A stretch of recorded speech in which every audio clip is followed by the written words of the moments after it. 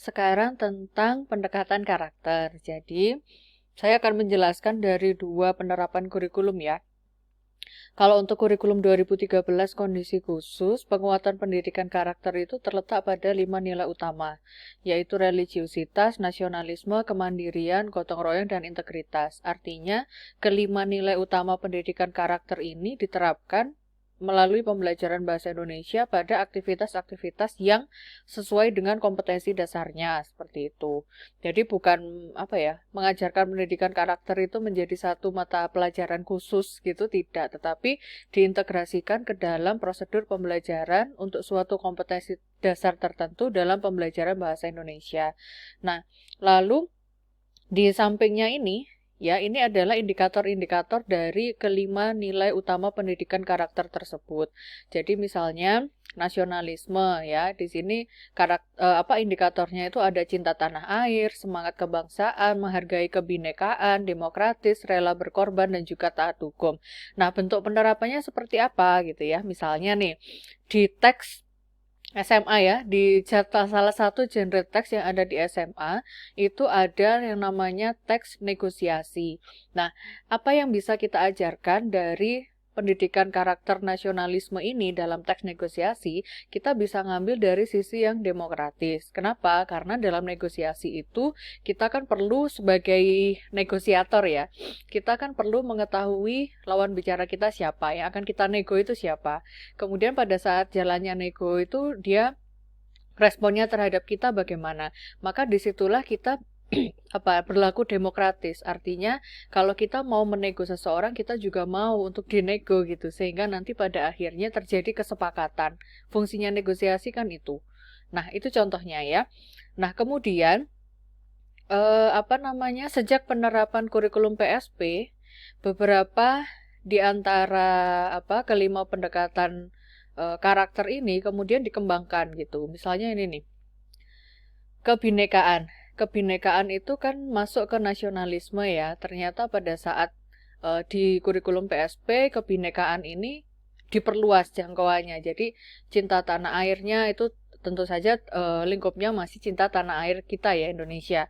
Semangat kebangsaan juga Indonesia, tapi menghargai kebinekaan di sini yang dimaksud adalah kebinekaan yang bersifat global.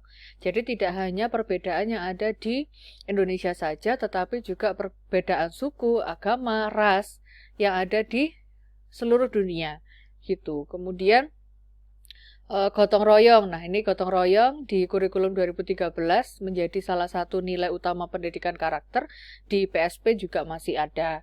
Kemudian mandiri. Oke, mandiri tidak ada. Jadi ada tambahannya jadinya ya. Yang tetap ada itu adalah kebinekaan dan gotong royong. Adapun ini beriman dan bertakwa kepada Tuhan Yang Maha Esa, berakhlak mulia.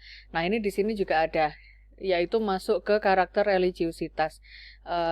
Jadi intinya adalah dalam K13, kalau dulu ada 5 nilai utama pendidikan karakter, dari 5 itu setelah berkembang sekarang ini menggunakan kurikulum PSP untuk sekolah tertentu ya, karena masih uji coba, itu religiusitas tetap ada, nasionalisme tetap ada, kemudian mandiri nih ya, kemandirian tetap ada, gotong royong tetap ada.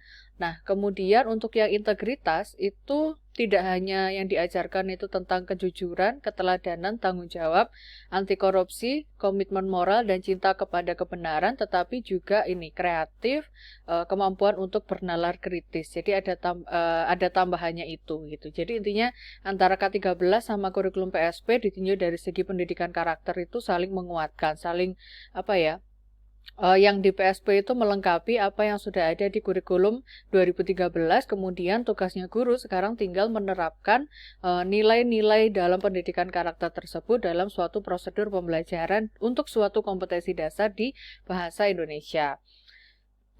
Nah, ini adalah strategi yang bisa dilakukan guru untuk mengimplementasikan pendekatan pendidikan karakter ya, atau PPK. Kalau misalnya di kelas, seperti yang saya sebutkan tadi, dengan mengintegrasikan dalam mata pelajaran. Bisa juga dengan mengoptimalisasikan muatan lokal. Kemudian bisa juga dengan praktik manajemen kelas. Misalnya tadi itu tes negosiasi, lalu kelasnya di manajemen bagaimana ya? Nah, di manajemen untuk saling bisa menghargai antara negosiator dengan yang diajak untuk bernegosiasi atau lawan bicara gitu ya. Terus PPK itu, jadi wilayahnya guru itu yang nomor 1 ini. Dalam rangka posisi guru sebagai manajer ya di kelas. Nah, kalau di sekolah, maka PPK itu bisa diimplementasikan dengan cara untuk guru nih ya, memberikan keteladanan kepada peserta didik, kemudian membiasakan nilai-nilai keseharian di sekolah misalnya.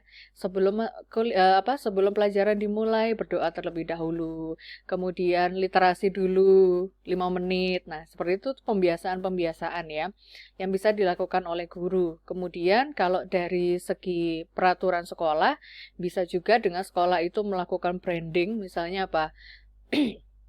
Lomba gitu. Jadi sekolah A gitu mengadakan lomba atau apa ya, malam penganugerahan kepada siswa yang paling berkarakter. Nah, misalnya seperti itu branding sekolah. Terus mengembangkan ekosistem sekolah, misalnya apa dengan 3S, sapa, senyum, salam.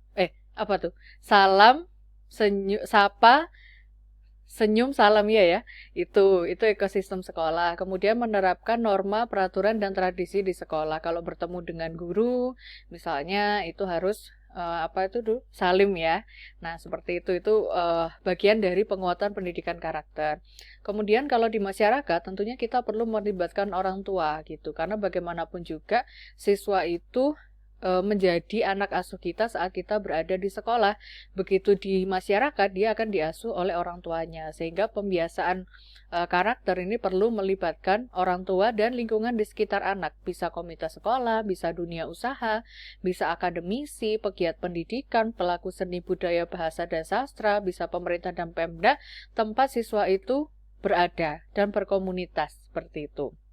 Nah, yang bisa dilakukan oleh guru ini bisa menanamkan pendidikan karakter itu bisa dari yang paling dasar adalah diajarkan, ini tadi ya, integrasi di kelas, di budaya sekolah, integrasi dengan berbasis masyarakat, dengan melibatkan orang tua. Jadi pertama tuh mesti diajarkan, habis itu dibiasakan, habis itu dilatih secara konsisten.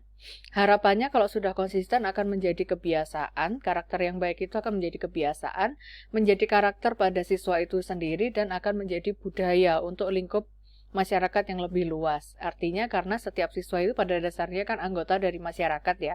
Kalau dalam individunya sudah tertanam pendidikan karakter yang baik, yang unggul, maka harapannya ketika seluruh anak ya di Indonesia ini memiliki karakter yang unggul, maka Indonesia akan menjadi budaya bahwa orang-orangnya memang memiliki karakter-karakter yang unggul seperti yang tadi ada di sini. Oke, seperti itu penguatan pendidikan karakter dan bagaimana cara mengimplementasikannya dalam bidang pendidikan.